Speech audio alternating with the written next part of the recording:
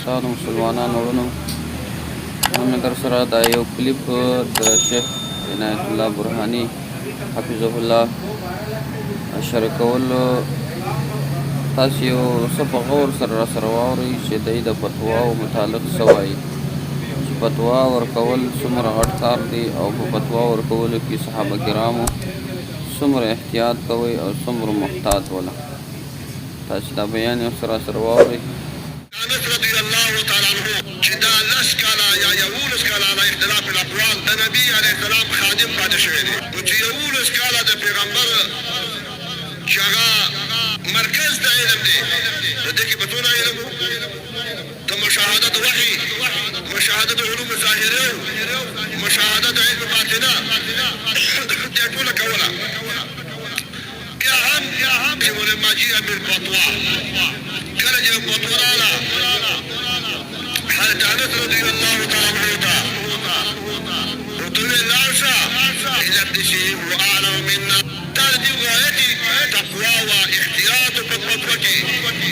دا د دې انتهایی خشیت الهي ځکه چې فتوا ورکول د چا په باب کې حکم کول یو به زمونږ د زمانې چونیان مونیان دي چونی مونی دي هغه بریلی دی او هغه سیفي دی او هغه بیدعتي دی او هغه پلانکي دی دا دې زمونږ د چونیان مونیان د دې استعداد کمزوری دی. تاسو واورئ د مسلمانانو وروڼو دا د اوس کوم مفتیان چې کوم دي دا وایي دا چڼې مڼې چې کوم دي دوی په فتوا کې بیخي دلیره دي او ډېر په فتوا کې هېڅ قسم صبر هم نه کوي بس ډایرکټ فتوا ورکوي چې دا بریلی دی دا سیفي دی دا بدعتي دی د شرک او د کفر فتواوې حالانکې جاري کوي. چې شیخ صاحب څه واورېدي څه وایي. علم خو نشته دی او چې د چا علم وي هغې فتوې نه ورکوي. بیبي عایشې ته به خلک رال هغه به ولګي ته ویل ابن عباس ته ورشئ عبدالله ابن عمر ته به څوک رال ویل چې ابن عباس ته ورشئ دا نه وه چې دوی په علم کې کمزوري وو لیکن هغه غایت یې محتاط وو د فتوې د ورکولو نه ډېر اجتناب دی کول د چا په باب کې حکم کول د چا په باب کې فتوې لګول دا د صحابو د تابعینو او د اهل سنت والجماعت مسلک نه دی. تاسو واورئ د شیخ صاحب فرمایي وایي دا ټاپې لګول چې کوم څوک دا ټاپې لګوي دا د اهل سنت والجماعت مسلک نه دی. دا نور کسان چې دا پټوي او دا د شرک او د کفر ټاپې لګوي. امام اعظم ابو حنیفه النعمان وایي چې په کوم انسان کې نه نبي صفات د کفر وي یو صفت پکې حکمنا علیه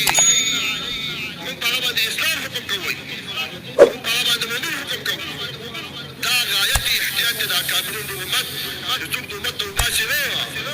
څوک د اسلام د وباسي نه څوک د جماعت د اهل سنت نه وباسي لکه دې د باندې چړیان کړی چې حضرت انس ته چې څوک راغلو اذهبوا الى ابن سيرين هو اعلم منا ابن سيرين ته ورشه هغه د مذهبي هغه تابعي دی دا لس کاله د خادم د نبي علیه السلام د متونه علم عبد الله بن عمر ته جماعت صحابه ويا ابن عمر من قبل آيات حيراني تقول له تمشي باري آيات أولم ير الذين كفروا أن السماوات والأرض كانتا رتقا ففتقناهما وجعلنا من الماء كل شيء حي ودي تبى تبدي آيات وي شدمك الأسبار كلك بحديو ففتقناهما من دولة محترمو دوستانو شیخ صاحب ګوره څومره احتیاط خبرې کوي چې اسلافو په فتوا ورکولو کې څومره محتاط وو. شاته به د فتوا د یو سوال جواب نه ورتلی یا به پکې مشکک وو نو هغه به بل یو ته ور واستوي چې ته ورسه فلاني ته هغه تر ما ډېر علم لري